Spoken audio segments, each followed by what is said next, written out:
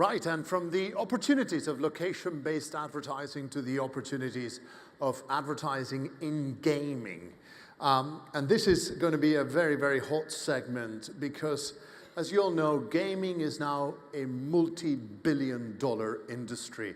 In the last year, we've had several billion-dollar blockbuster releases of games, and gaming is not longer the domain of males. It's gone mainstream. Lots of females of all ages using gaming. So gaming is here to stay, and in this segment, we're going to tell you the story of console makers who are becoming media companies, small game makers who also have phenomenal ambitions to become the Disneys of tomorrow.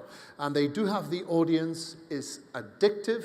They are playing a lot of these games and is not ceasing. So very important for you to get your head around it and to see what the opportunities might be. And to put it all in perspective, let's kick off with the Latam Regional Managing Director, PhD, Alejandro Clabiorne.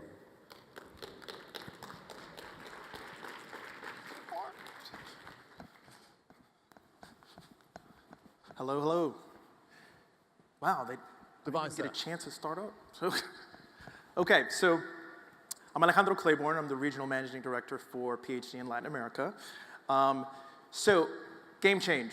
Game Change is our thought leadership piece that PhD globally launched last year.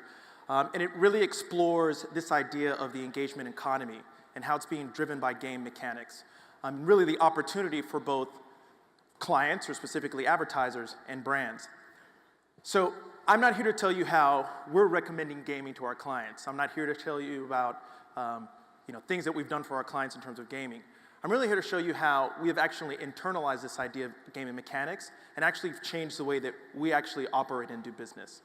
So let me frame up gaming for you. So there's a great quote by Pat Kane, who wrote this book regarding gaming, where he says, play will be to the 21st century what work was to the industrial age. And really this idea that our dominant way of knowing, doing, and creating value will actually be through games, okay? So let me dimensionalize this a bit for you. There are 1 billion people that are spending over an hour a day playing video games. That's a huge number, actually 35 million in Latin America, okay? They are really, really engaged in these games. These games mean something to them, okay? So let's dimensionalize this engagement and what we mean by this engagement. Grand Theft Auto, okay? A lot of you guys know about Grand Theft Auto 5, the launch. Last year it sold 800 million units in day one, 1 billion in 3 days. So they're actually engaging with their wallets. Now, when we're talking about engagement in terms of time spent, no better example than our friends, the Angry Birds, okay? There are 300 million minutes a day, 1 million years of gameplay. And I'm sure Michele actually has updated numbers on this. So that's 1 million years that people have actually played Angry Birds. That's a huge number. That's a lot of piggies dying, okay? Now, it's important to understand this because this idea of mobile has really transformed what gaming is. And the idea of the internet, it's actually transformed what games can be. And it's really expanded their reach across all demographics. So let's talk about how gaming is affecting work, okay? So Call of Duty Ghosts. Call of Duty's huge franchise actually have massive launches. In 2013, they launched the latest iteration, which is Ghosts. IGN did a study where they actually asked people if they had planned to call in sick when the launch day of Call of Duty came. And actually, surprisingly, 25% said yes. They actually said that they were going to call in sick so they could play Call of Duty. That's an incredible number, okay? And that's why, it's most affectionately known as the Call of Duty flu epidemic of 2013. Now, this affects work, okay? When we're looking at this idea of engagement at work, 90% of people are not engaged in their job. 90% of global workers are not engaged. Said differently, that means that 10% of the people, only 10% of the people in your offices right now are really engaged in what they're being paid to do. okay? They are not engaged. So what does this mean in terms of money? Someone much smarter than I am said, $2 trillion, quantified this, $2 trillion that are being lost because people are not engaged. Now, what's not reflected in this number is the opportunity that's lost in terms of innovation. Because people aren't engaged, they're not innovating. And if they're not innovating, they're not generating phenomenal ideas. So, what's going on here? You know, there are 7 billion hours a week that people are spending playing games, and they're engaged, and they love doing that, okay? Now, how can we translate that to work, okay? Where we work in environments that are continually stressed by sort of the top, that's looking for results, where we have employee bases that are continuing to be more millennials. And everyone knows, what are millennials looking for? They're looking for meaning, they're looking for involvement, okay? And they're getting those things from games. So, is gaming and working really that far apart? Maybe not, okay? And you only have to look at massively multiplayer online games to see this. So, the example here is World of Warcraft, okay? And if you think about World of Warcraft, they actually play really hard. They're actually working really hard while they're playing these games. They're not wasting time, okay? They're actually involved, engaged, and working really, really hard. I mean, MMOGs are actually massively multiplayer work environments that are actually disguised as games. So let's think about this a little bit more. So we have 5 things here. Now, these could be 5 things that are essential to your job description, okay? Some of you that are sitting right here. These are actually the 5 things that make a good World of Warcraft player, okay? So this idea of organizing teams, assigning tasks, developing these massively great tapestries of strategies of how they can attack other players, like, these are the same things that some of your bosses, definitely my boss, okay, can do. And they're the exact same things that make a good MMOG or World of Warcraft player. So there is a bit of an alignment between what is work, and play. So is work just a terrible, terrible game that we actually have to pay people to play? I mean, look at this guy. He's not having fun whatsoever. So how can we make that connection, okay? So what we did at PhD, really our answer is Source. Source is our planning approach. It is the way that we do business. It's the way that we develop our communications plans and media plans for our clients. But what Source has allowed us to do is it allowed us to develop an operating system that applies game mechanics to connect our consumers, our employees. Here's a video. As of 2013, if you join PhD, you're not only joining a global media planning and buying agency, you're joining a massively multiplayer online game, Source. Source is PhD's new global operating system, a cloud-based live collaboration platform that allows 2,000 planners in over 75 countries to build communication campaigns and suggest strategies and ideas for others. It functions as a game, awarding individuals points or pings, which are displayed on a real-time global leaderboard. After 2 years in development, it's become a robust planning system and process, a framework for innovation, and a platform for collaboration and sharing. All 9 API integrations bring planning data and third-party services together, and real-time panel data can be collected instantly. Source is not only a collective mind for fostering great ideas, it's a system for translating innovation into media ideas that work in the markets. It acts as a database of information for local market planning, and its system enables planning in one market to be executed seamlessly in any other. Within 3 months of launching, 75% of PhD's global employees, from CEOs to graduate trainees, signed up and started generating pings. Source has also captured the imagination of major clients. In fact, it was instrumental in securing PhD's appointment to over 90% of the global communications planning for Unilever.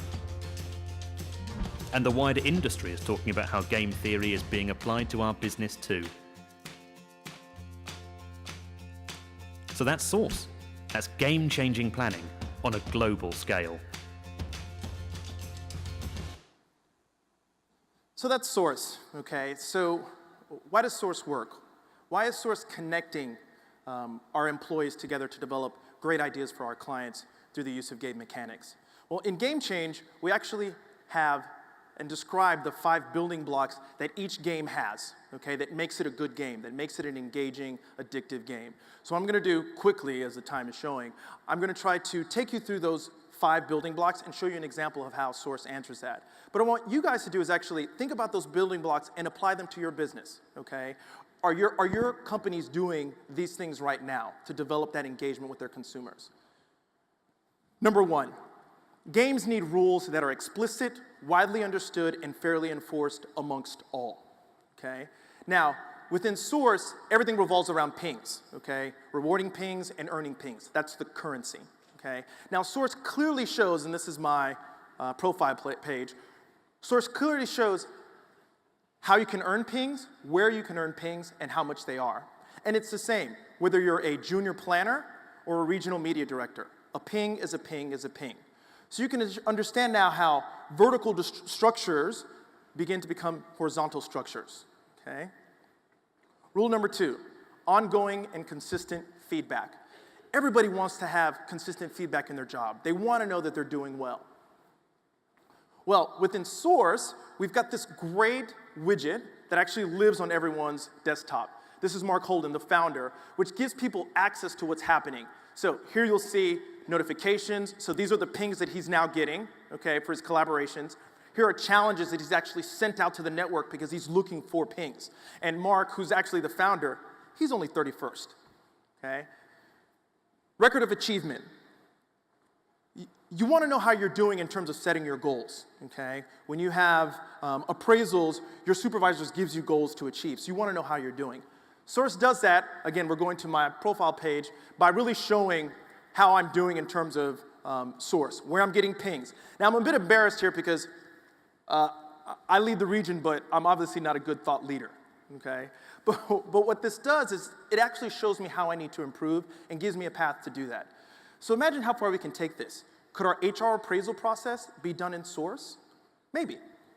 Number 4, reputation and rank. Everyone wants to know how they're doing versus their peers, okay? Everyone wants to know that. The great representation of that in Source is the leaderboard. This is actually my favorite thing. So this is the leaderboard in terms of pings globally. That's not a lie.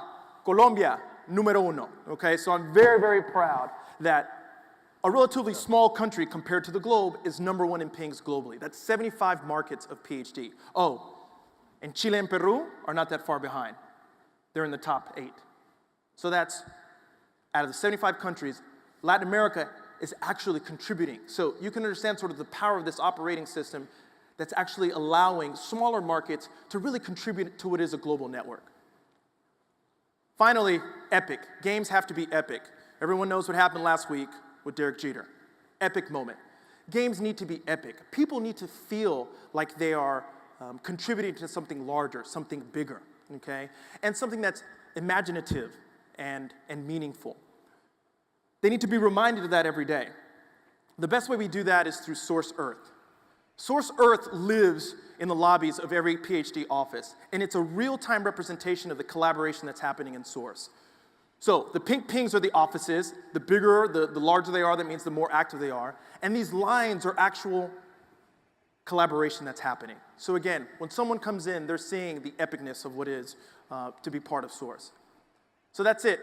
I ran a little bit late, but that's how we're operationalizing this idea of gaming mechanics to really engage with our consumers, our employees, and at the end of the day, generate greater ideas for our clients. Fascinating. Thank you, Alejandro. If you take a seat. Next, speaking of epic, with us, a giant of gaming from Xbox and MSN, it's Scott Ferris, GM of Microsoft Advertising Lines for those 2 products. Welcome, Scott. Hi, good afternoon. So I'm going to try to make up some time for my colleagues, and we'll get moving. I'm not here to give a commercial about Xbox. What I am here to do is share a little bit about what we've done in now probably 2 decades of running a game console, and really immersing ourselves in, the most highly engaged audience you can find on the face of the planet.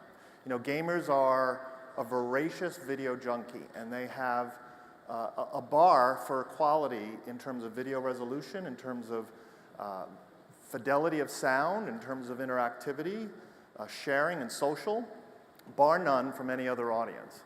And we have spent a lot of time focusing on that core gamer fan. So I'm going to spend some time today talking about how we've learned about this and how this gamification theory, if you will, is made its way into the advertising world, and how it's also made its way, and we've extended this into entertainment as well as multi-screens. And that's a key theme here, is how we have taken our core learning and our core competency and the DNA of what we do in gaming, and we've moved it along the continuum on other pieces of our business.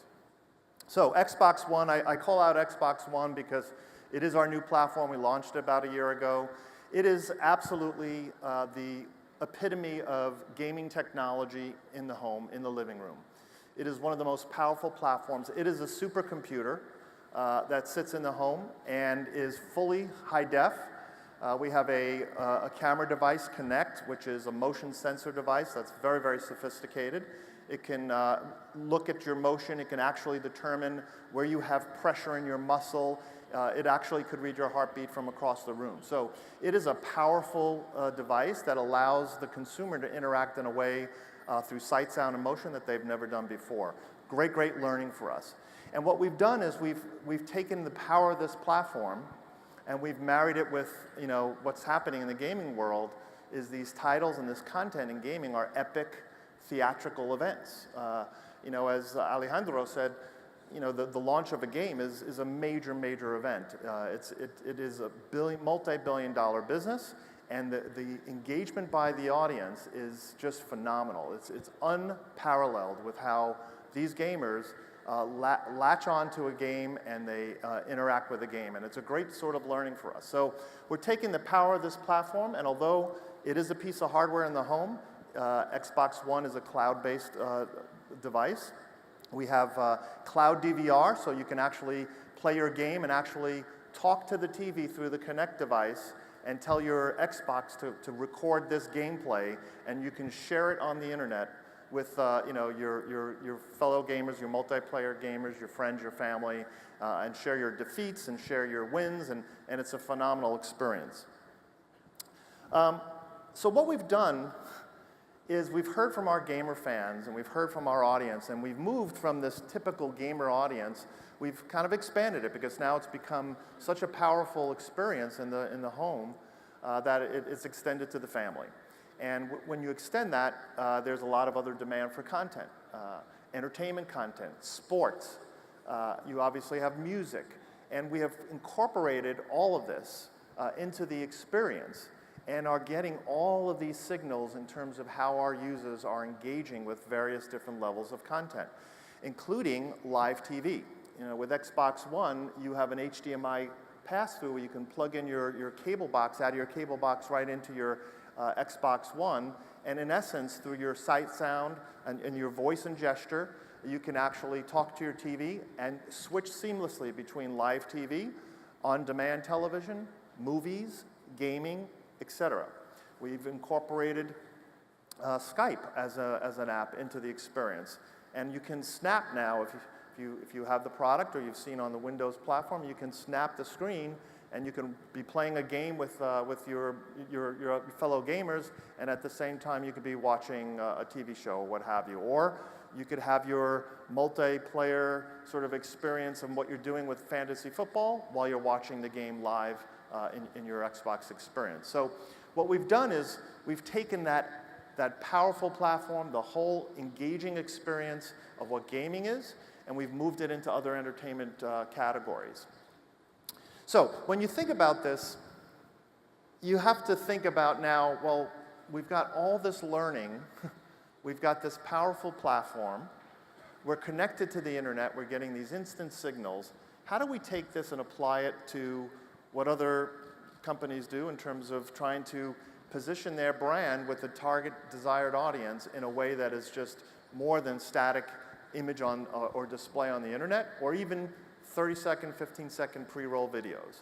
And what we've done, this is an example of how we've taken the whole Xbox experience into the advertising realm. We've worked with some brands, and in this case,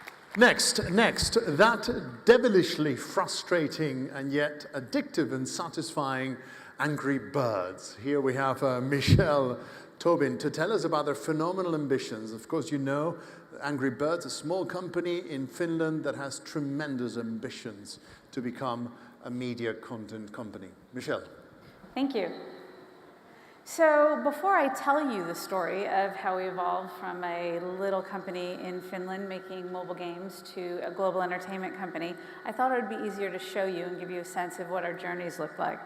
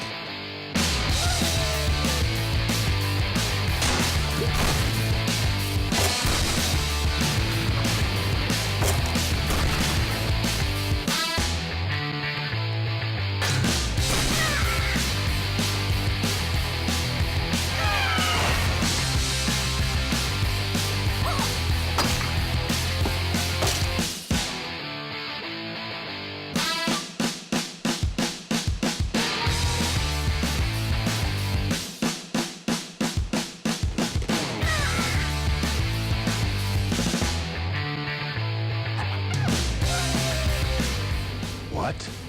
Those Empire bastards stole our eggs? Our eggs?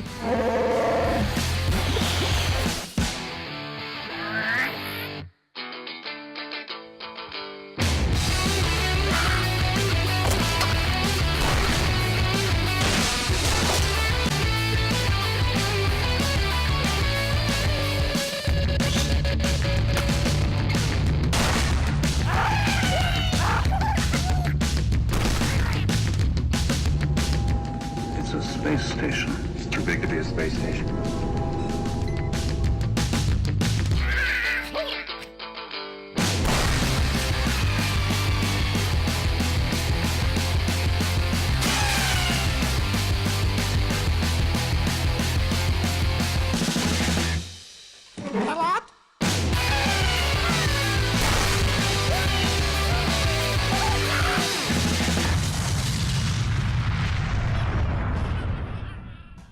What?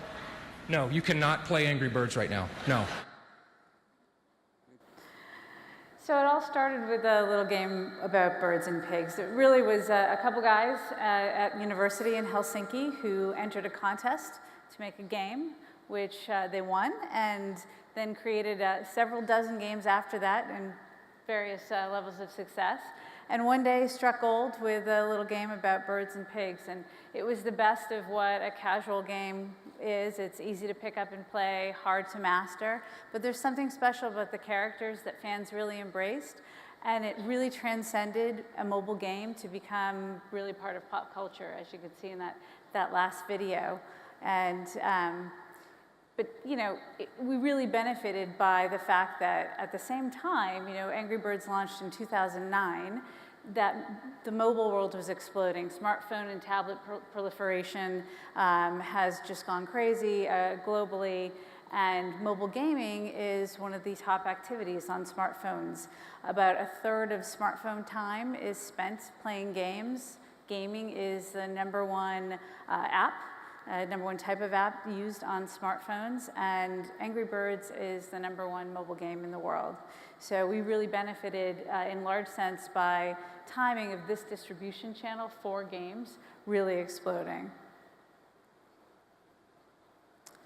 And we've hit about 2.5 billion downloads. So what was once an individual game became a franchise. We took the birds and the pigs to new places. We sent them to space.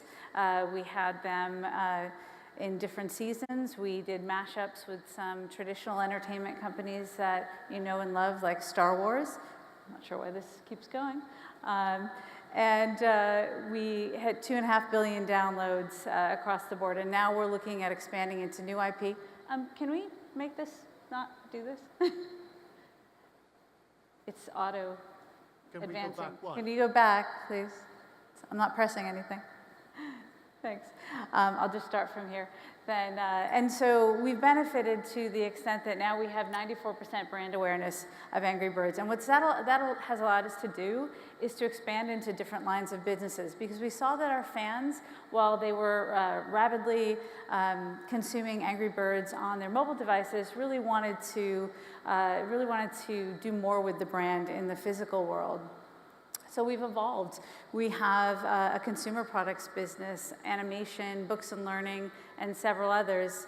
Our consumer products business, for example, we're one of the top licensed entertainment properties in the world. We have 500 global licensees and have done about $5 billion at retail to date on a variety of products, including bridging the physical and digital worlds with telepods, which is our partnership with Hasbro. And what those allow you to do is actually take a collectible product, hold it over the camera phone while you're playing the game, and actually put that character right into the game. So it's a fun kind of physical digital toy.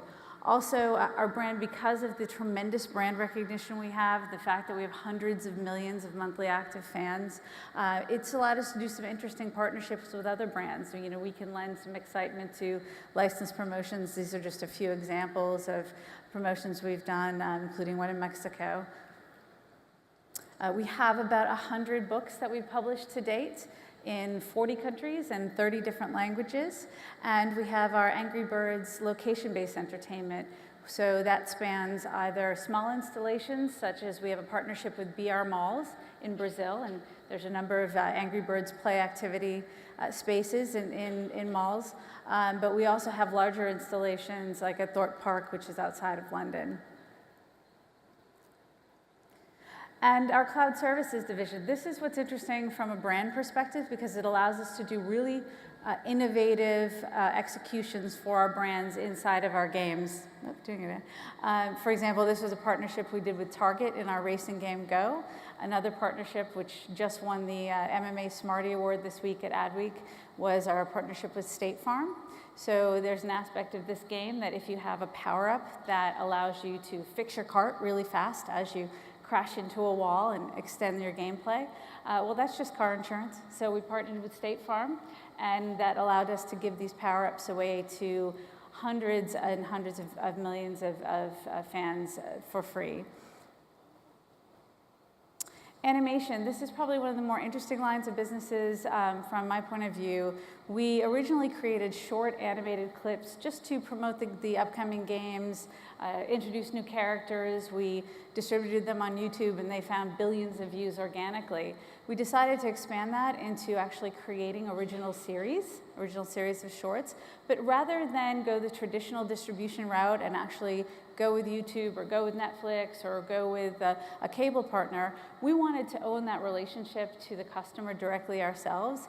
And given that we had 2.5 billion downloads, it made it easy for us to just put the entry points to Tunes TV in all the games and allow us to own that end user experience. And I'll give you another little video here that maybe.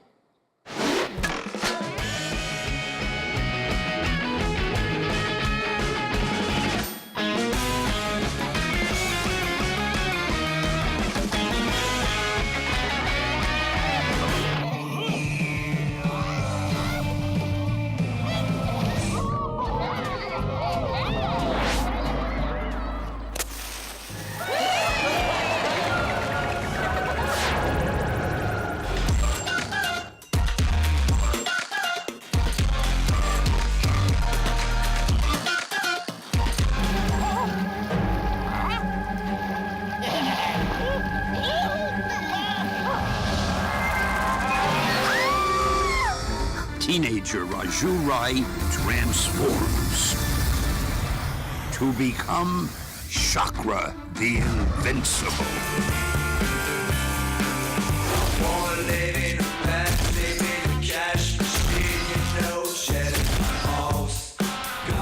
He's shown the shape, he's shown the shape.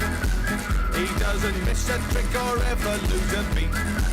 Perhaps someday you find a way. My little pony, My Little Pony.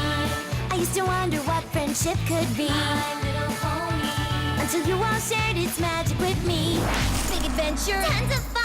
A beautiful heart, faithful and strong. Sharing kindness, it's an easy feat. And magic makes it all complete. You have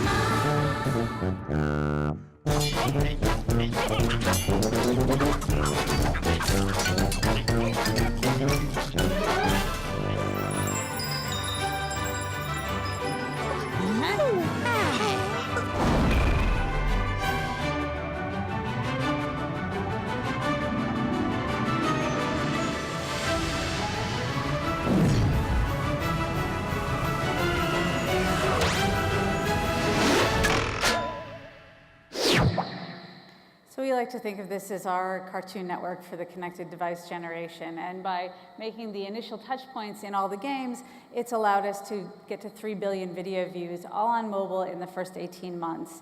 And just real quick, we just announced yesterday the voice talent for our feature film. So expanding the theme on animation, we have a movie coming out 4th of July 2016 and that includes some great voice talent like Maya Rudolph and Peter Dinklage and Josh Gad, who was Olaf in Frozen. And lastly, it all does stem from the games with us. So everything we do in the physical world really is because of the rabid fans that we have in the games. And so I'll leave you just with one last thing, which is what's coming next on that front.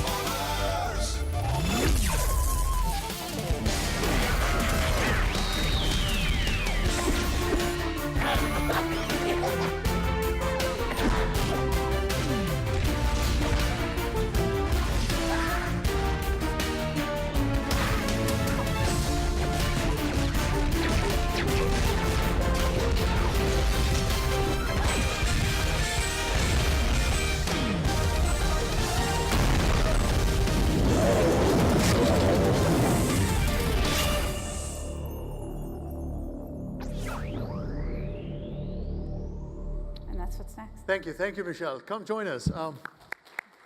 Wow, you have been busy with Angry Birds. You should rename them Busy Birds.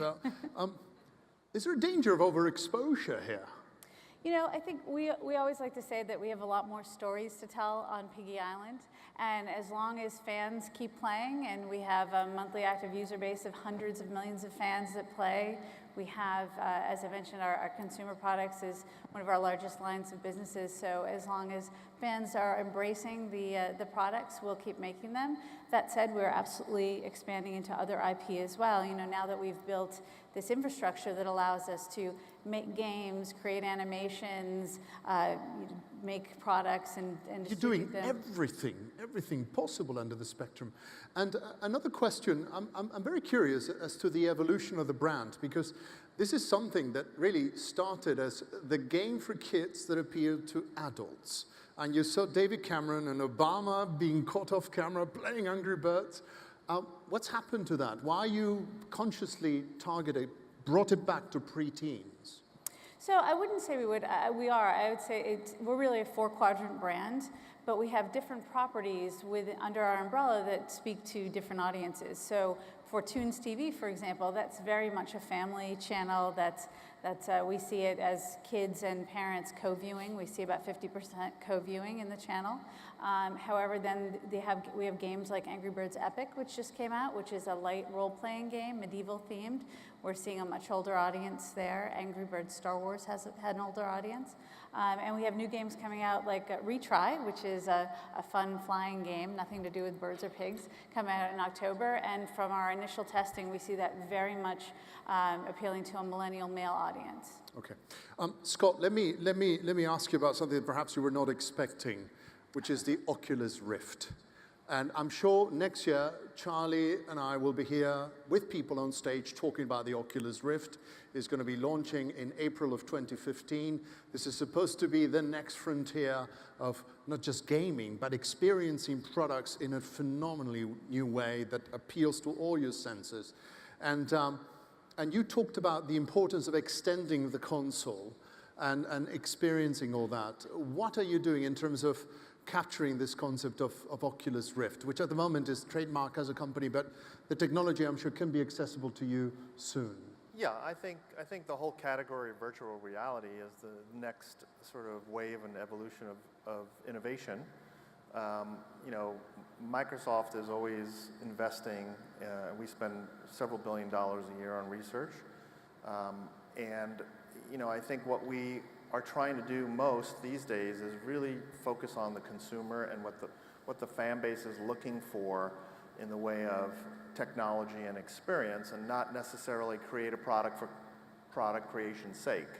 And I think you know, we will continue to obsess about the consumer fan base and the experience of what we do in the gaming realm. And as we see, you know, the line extensions that make sense, we're gonna continue to pursue that. So I think virtual reality is you know, that next sort of frontier for gaming, and we applaud the companies who are stepping out and innovating on that. Can you explain to the audience the difference that it will make to gaming, the concept of Oculus Rift, if it really materializes as it's being promised? How will it change the experience, especially if you place a product next to an activity, a game experience? Yeah, well, I think it's the ultimate immersion, isn't it? You know, it's the ability to sort of play a game in the context of where you are in your environment and what else is important to you contextually in a life experience. So I think it is, you know, like I said earlier about Xbox, you know, we have continually evolved the platform and the technology because our gamer fan base is always striving for the next sort of wave of technology and the betterment of the gaming experience. So I think virtual reality is another step in that direction, and you know, I think it doesn't necessarily have to be limited to gaming. I mean, you know, like for Kinect as an example, and the device of Kinect, it's being used not just for gaming and for entertainment interaction with the TV, so you don't have to use your controller, but it's being used in healthcare applications. It's being used in all these different type of sort of life applications where, you know, you can use this technology and imaging and motion detection to do things that hitherto has never been available. So, Alejandro, you start to get the last word ever so quickly in 20 seconds because we're out of time. Sure. Source, it wasn't quite clear to me. So your proposal is to license this to clients, to brands? No, the same software that you use, or so from a licensing perspective, no. It is something that it's just the way that we work. So it comes as part of the suite of services that we have. It's not an extra incremental cost. So we're not saying, hey, we're going to build your plan the regular way, but if you want the source way, we're going to pay you more. No, it is internal to what we do. It's incorporated in a way that we work. Right. So you work with PhD. The proposal is to integrate that into the campaign, into the planning. Alejandro Clabiorne, Scott Ferris, and Michele Tobin, thank you very much. Thank you. Thank you. Right. Let's move along.